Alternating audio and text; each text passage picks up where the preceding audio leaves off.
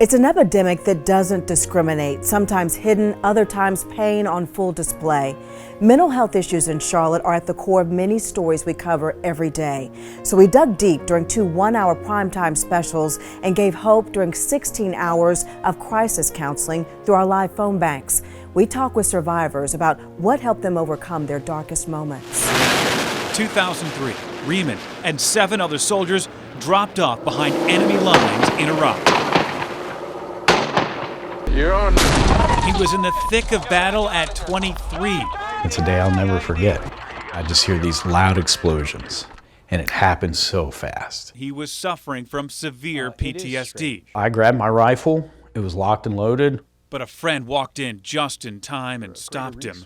The Army made him see a doctor, but he says he didn't really want the help. And when he came back home, he got into his truck and tried again. But that moment is the one he realized he needed serious help. His message: there are people, friends, family, and organizations that want to help you. You just have to let them. We showed our viewers signs to look for with mental stress, how to begin a conversation of wellness, and finding access to care for everyone, including the uninsured. Happy marriage, great children, and I was falling apart. The bottom was suicidal.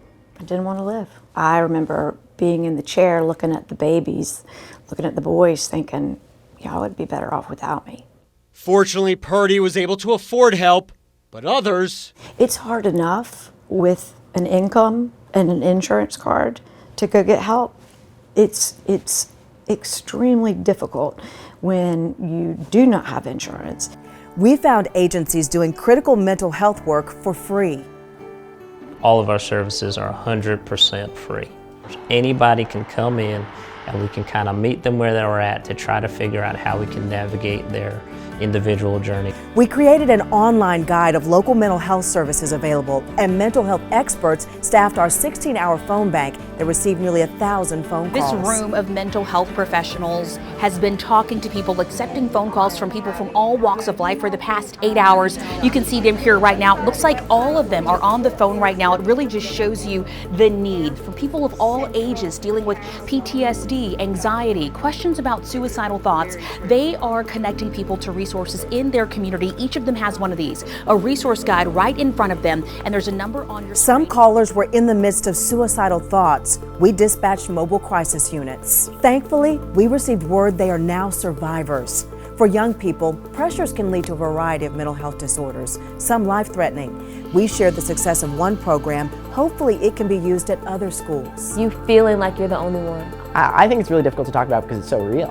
Mental health has trended to be one of our largest focus.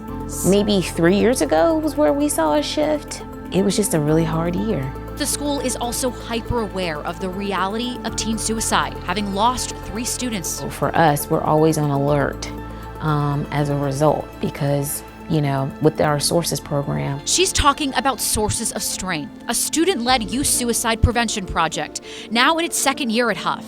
Students told me they've seen a big culture shift because of it. Having Sources of Strength really opened up that conversation. And Woolard says Huff has fewer suicide risk assessments this year.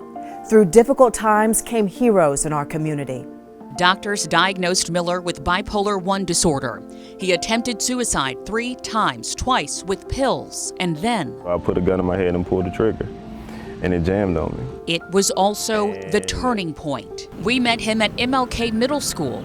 He comes here every week in t-shirt and sneakers, spending time with 7th grade boys, trying to relate to them. Some kids, they may want to take their lives, or they may want to take lives of others. It's easier to impact the kids now and not allow that stigma to be, enforced on them, and then they pick up those habits. Breaking barriers, removing stigmas. At WSOCTV, we serve our community.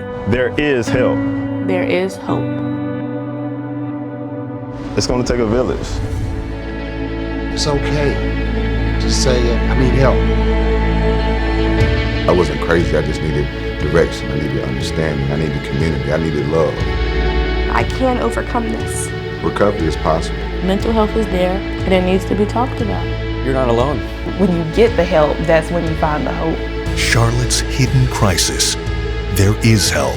There is hope.